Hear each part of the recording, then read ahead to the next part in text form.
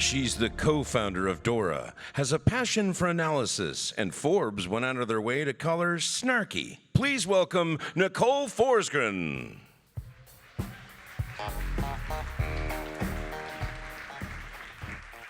Wow, we've got a full house. I appreciate everyone showing up this morning when Google Calendar wasn't available to remind us to get here. Okay, how are we all doing? We need more coffee? Yeah? No, how are we doing? Yes, so much better. Okay, so today I'm going to be talking about how DevOps only works if we do it right. What I hear so often when I talk to people is that they've been doing the DevOps, but they just aren't quite seeing results. And where this comes from is a bunch of my work over the last several years. I wrote a book, if anyone's heard of it. I've been doing the State of DevOps reports. I'm in the middle of analysis and write-up for year 6. I have weird hobbies. This is my hobby. Accelerate actually was just awarded the Shingo Publication Award, which means that this went under extensive review through the Lean community. And what we found is that we now know how to make software. So who in here is devs, engineers? Who here is test side of the house? Who here is opsy folk? Who here is management executives? Who here's for a free breakfast? Okay. So for those of you who are here just for free breakfast, let me tell you how the DevOps works. And let's go in the Wayback Machine. Harvard Business Review, the cool kids call this HBR. The way this works is HBR does this fantastic job of summarizing academic research because not everyone likes to read academic research. And so what they do is they summarize it for us in ways that are a lot shorter and in normal English. And in the year of our Lord, 2003, HBR published a paper written by Nicholas Carr. And the title of this paper was IT Doesn't Matter. Now back in 2003, IT was all of technology. It wasn't just help desk, which now kind of we call help desk IT.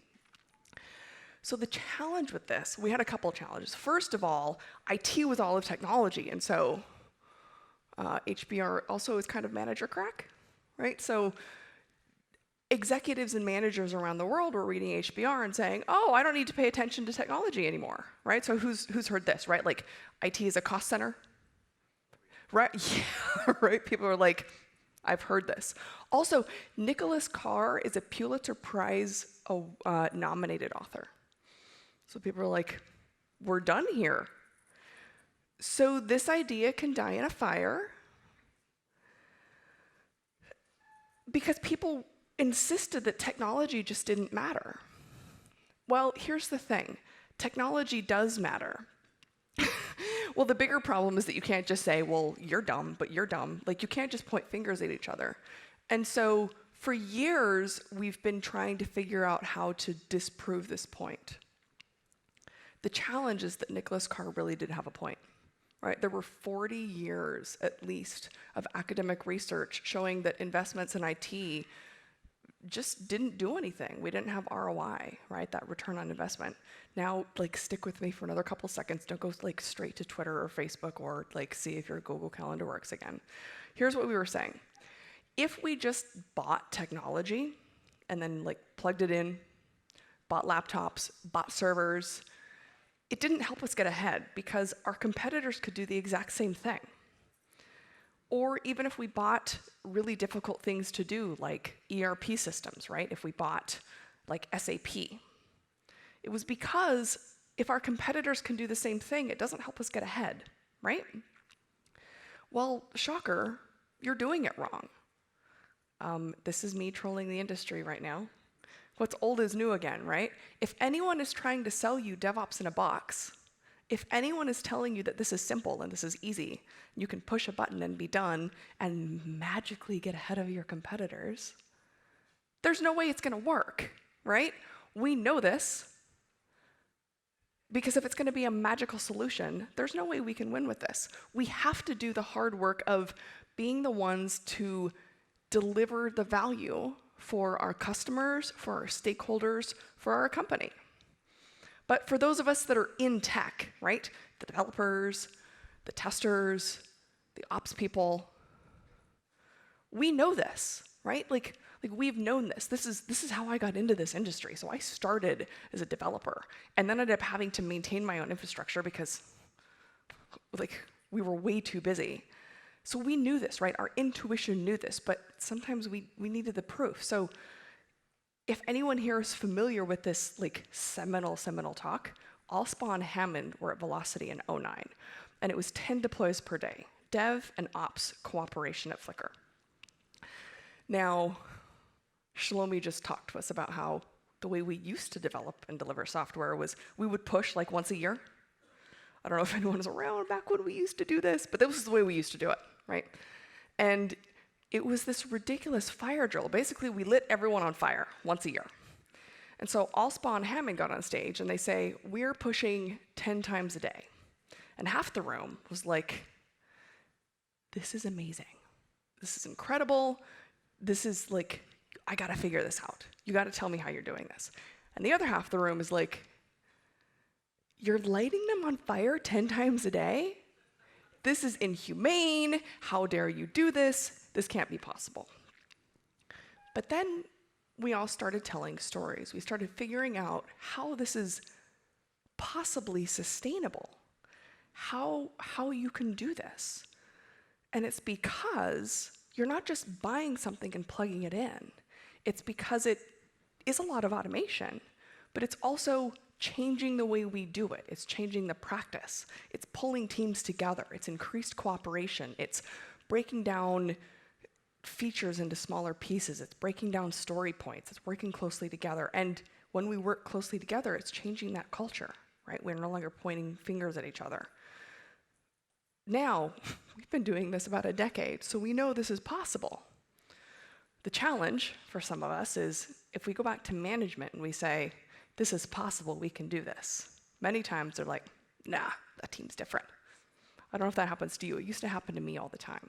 That's not gonna happen here. We're highly regulated, or we work in a different industry, or that team's different, their structure different, they have different organizational dynamics. So sometimes you need data. That's how I got into what I'm doing now. So here's what we see. You really can have it all. For the last several years, 5 years, 6 years, I'm in the middle of analysis. You can have speed and stability. The highest performing teams don't see trade-offs. For years, for certain groups that were telling us that in order to be stable, you had to slow down. We don't see it anywhere. Both are possible, they go together. So here's what we see. In the 2018 Accelerate State of DevOps report, when I compare the highest performing teams and the lowest performing teams, this is what we see. We see 46 times more frequent code deployments. And when I look at lead time from code commit to code running in production, we see 2,500 times faster. Now, why do we care about fast? Because this is value creation. We're getting features to customers faster. We're keeping up with compliance and regulatory changes. We're keeping up with security. This makes things easier and faster. It lets us push code 2 o'clock on a Tuesday. It makes it boring. And sometimes boring is good. Now, I said that speed and stability go together. This is why. So these are our stability stats. We're 2,400 times faster when we recover from downtime, because when it goes down, it's small. Those pieces of code that we're pushing are little. The blast radius is small. When it does go down, it's very easy to debug. Also, we're only 1/7 as likely that any change will fail, again, for those same reasons. By the way, if we wonder if it's good for organizations, this is where Nicholas Carr is wrong. It is good for organizations. Elite performers are 1.5 times as likely to meet or exceed both commercial goals and non-commercial goals. So profitability, productivity, market share, but also we care about other things as well. Effectiveness, efficiency, customer satisfaction, any other mission goals that we have for our company.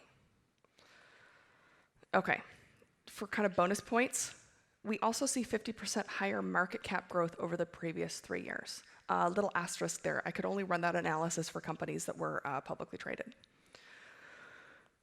There was this great tweet from James Waters. He said 2 quotes from 2 very different decades of his career, right? Nicholas Carr, does IT matter?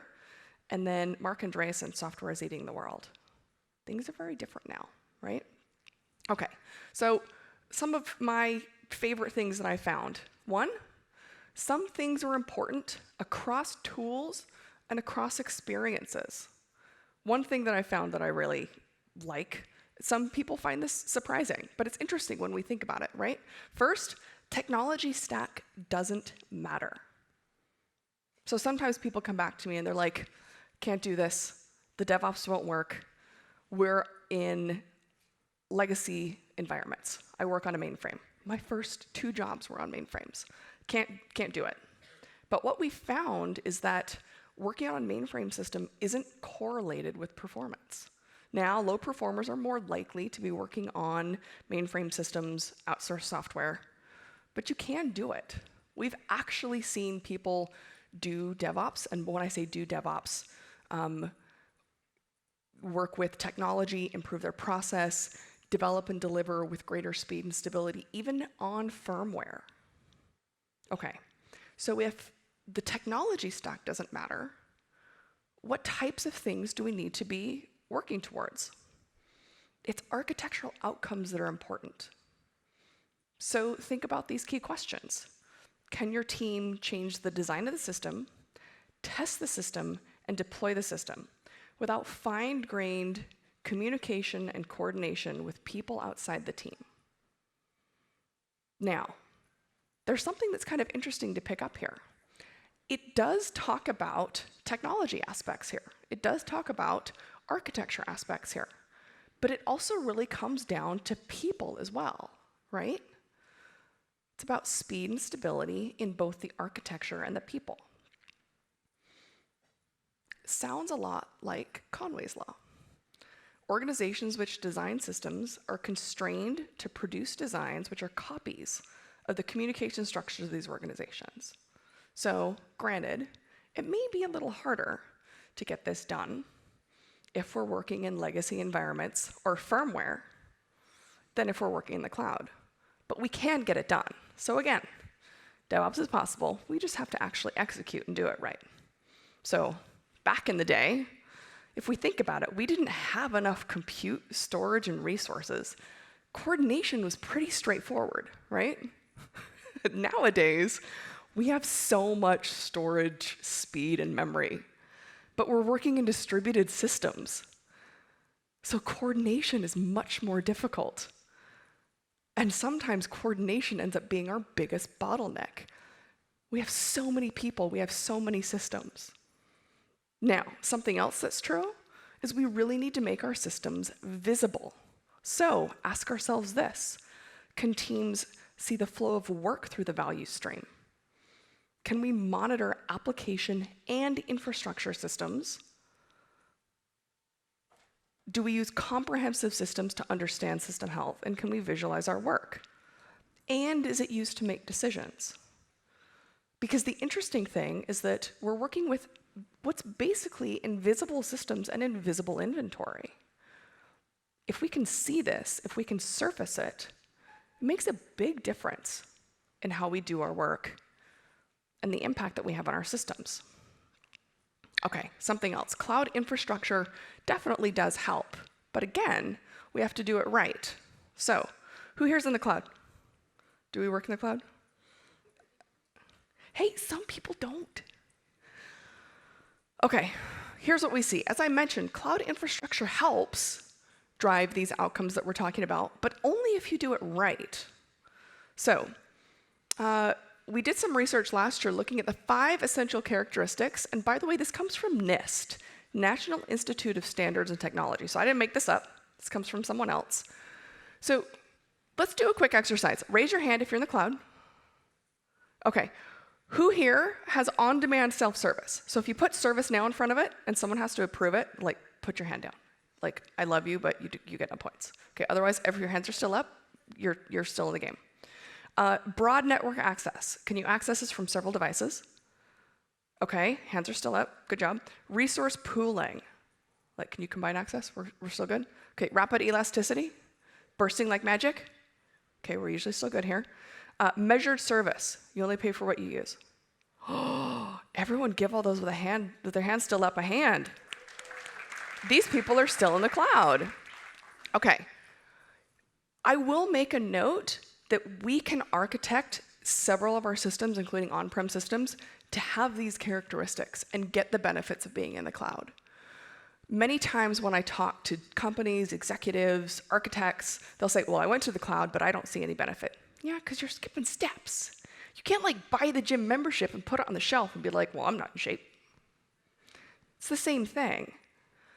Only 22% of people who said they were in the cloud actually were doing all 5 of these. And we saw that teams that were all in on the cloud were 23 times more likely to be an elite performer. So if you really want the benefits, that's what we say.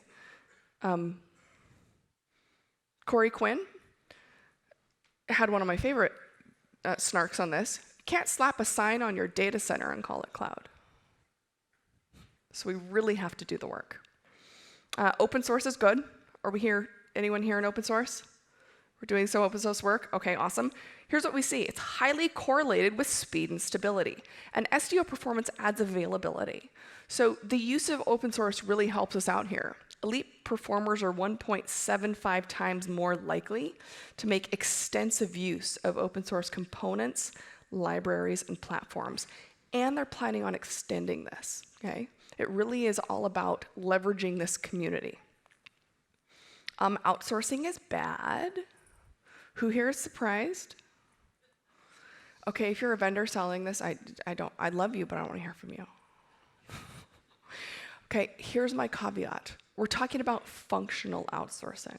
What do I mean by functional outsourcing? If you take an entire segment of something, all of dev, all of test, all of ops, and you hand it off to someone else, that is where we don't see very good outcomes. Now, it can be another company, or it can be another division of your own company. That's where we don't see very good results. Low performers are 3.9 times more likely to use functional outsourcing. Now, if you use another partner and they operate at the same cadence of you, that's fine. That's not functional outsourcing. Security is important. And there are some tricks to doing it right. So what does that look like? Looks like shifting left. So conduct security reviews of applications, include InfoSec in design and demos, use pre-approved libraries and packages, test security features as part of the automated testing suite. So many times InfoSec is a bottleneck. So many times they say no. I'm not going to ask you to raise your hands because we love our InfoSec people. Do you want to know why they say no? Well, in part because like they're supposed to, that's their jobs. But also because there's not enough of them. We need to help them like amplify their job. James Wickett at Signal Sciences has said the ratio of InfoSec to ops to dev is often 1 to 10 to 100. Y'all, they're drowning. If we can help them shift left, if we can help them amplify their impact in all of their work, let's help them say yes. Let's help them be dope. This is a great way. And what's the benefit? It improves the quality of software development and delivery. Low performers take weeks to conduct reviews and then weeks to complete the changes that they found. Elite performers take just days to conduct reviews and complete changes. So it's absolutely worth the investment. Okay, another thing that I really love is that we can make work better. I got into this work, and by this work I mean this research, because I wanted to see if making software differently could make a difference. I was around in the early 2000s with that whole dot-com bust. And when companies went down, it had a big impact on everyone, right? It had an impact on companies, it had an impact on the economy, it had an impact on people and families. And so making companies more successful is important. Another thing that's important is making our lives better. And for a long time, there's been this promise that, as Alspawn Hammond said earlier, we aren't going to light people on fire 10 times a day. But I want data. I want the reassurance that if we're pushing and deploying multiple times a day, we aren't just lighting people on fire all the time. So, is this true? Or are we really just lighting people on fire all the time?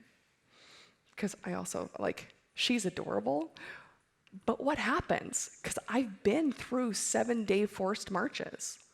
Here's what we find. Smart investments in tech and practices, right? Doing agile, and not in real agile, not faux agile, where we just take our meetings standing up instead of sitting down, helps us. Now, what do I mean by the work? When I say we make work better, what does this mean? We see less deployment pain. And that's the anxiety, the stress, when your stomach eats itself when you push to prod, which some people are like, oh, that's just stress. No, your stomach eating itself is real. So we want this to go away. And we see this get better. Also, less burnout. By the way, burnout is not just being tired. Burnout is anxiety, burnout is exhaustion, burnout is cynicism, and burnout is no longer, for me, this is the most important one, no longer finding joy in the things that you used to love. For me, that's huge, because I went into tech because I loved it. Also, higher employee net promoter score. If you really love what you do, you'll tell everyone else about it, especially for your company. And better culture. When I was sharing some of these early stats, Diego Almeida at Microsoft rushed the stage one day and he said, we found this. In just 1 year at Microsoft, I think it was the Bing team, they made investments just in improving the CD process. And they found that their work-life scores jumped up from 38% to 75% because people could leave work at work. They could go home. I don't know about you. I'm all about naps and ice cream. If I can go home and I can chill, it makes my life better. For the ENPS score, we see that employees in high-performing organizations are 2.2 times more likely to recommend their organization as a great place to work. Now, we also find that it makes culture better. Now, this is a measure of culture studied by a sociologist named Ron Westrom. Now, he studied organizations in high-stress places like air traffic control, nuclear power, hospitals, and he looks at a power-oriented culture, a bureaucratic culture, and a generative culture. So low power, or pathological, power-oriented. So low cooperation, messengers are shot, bridging's discouraged. This is highly correlated with low performance teams. Bureaucratic, modest cooperation, messengers are neglected. Who here has a friend maybe in a pathological culture? Okay. Bureaucratic, who here has a friend in a bureaucratic culture? Okay. High performance teams are highly correlated with generative culture. High cooperation, messengers are trained, risks are shared. Who here has a friend or is lucky enough to work in a generative culture? Who here has no friends? Okay, awesome. We see that this is highly predictive of software delivery performance. Why? Because we can take smart risks. We trust our team, we communicate well. This optimizes for information flow and information sharing, which is important when we're moving fast.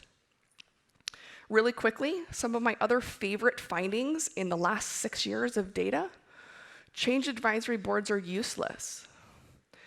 There's a big asterisk here. I'm not going to say they're useless. They're not good for code review. The best place to do code review is with your peers because you're in the middle of the code all the time. Someone who's levels away should not be reviewing hundreds of thousands or millions of lines of code. Do you know what they're really great for? Notification mechanism, right? Lots of people around an organization should know what's happening. They're also really great to help design governance. For that, they're good. Also, we found that industry doesn't matter. So for many people who say that we're in a highly regulated industry, you know what? We've seen banks doing DevOps really, really well. We've seen healthcare and pharma. We've seen telecom. Many times they'll say, well, we're no Amazon. Amazon has been known to process the occasional credit card transaction. Many companies are doing this. Also, integration times and branch lifetimes listing hours are better than days. Now, the quick TLDR, take a picture of this if you need proof you were here and you were busy on the Twitter and the Facebooks. Here's what we found. Tech matters, architecture is more important than technology, and visibility is key throughout. Cloud works, but only if you actually do it right and do all of it. Security is important, and we can make work better. If you want the latest goodness, the 2018 report is out. The 2019 report comes out in August, and it's the best one yet. I say that every year. But we look at really, really great things like productivity, tech debt this year. It's really exciting. Now, if you want some quick hits on latest goodness, you can send an email to Nicole FV at sendyourslides.com. Subject is DevOps, and you'll get this list of goodness. A link to the 2018 report, a 93-page excerpt of the book, link to my SlideShare with this presentation and others, Transformational Leadership Quick Start Guide, an ROI white paper, a metrics guidance white paper, and a few other things. And again, that's Nicole FV at sendyourslides.com. Subject is DevOps. Thanks, everyone. Hope you enjoy the conference.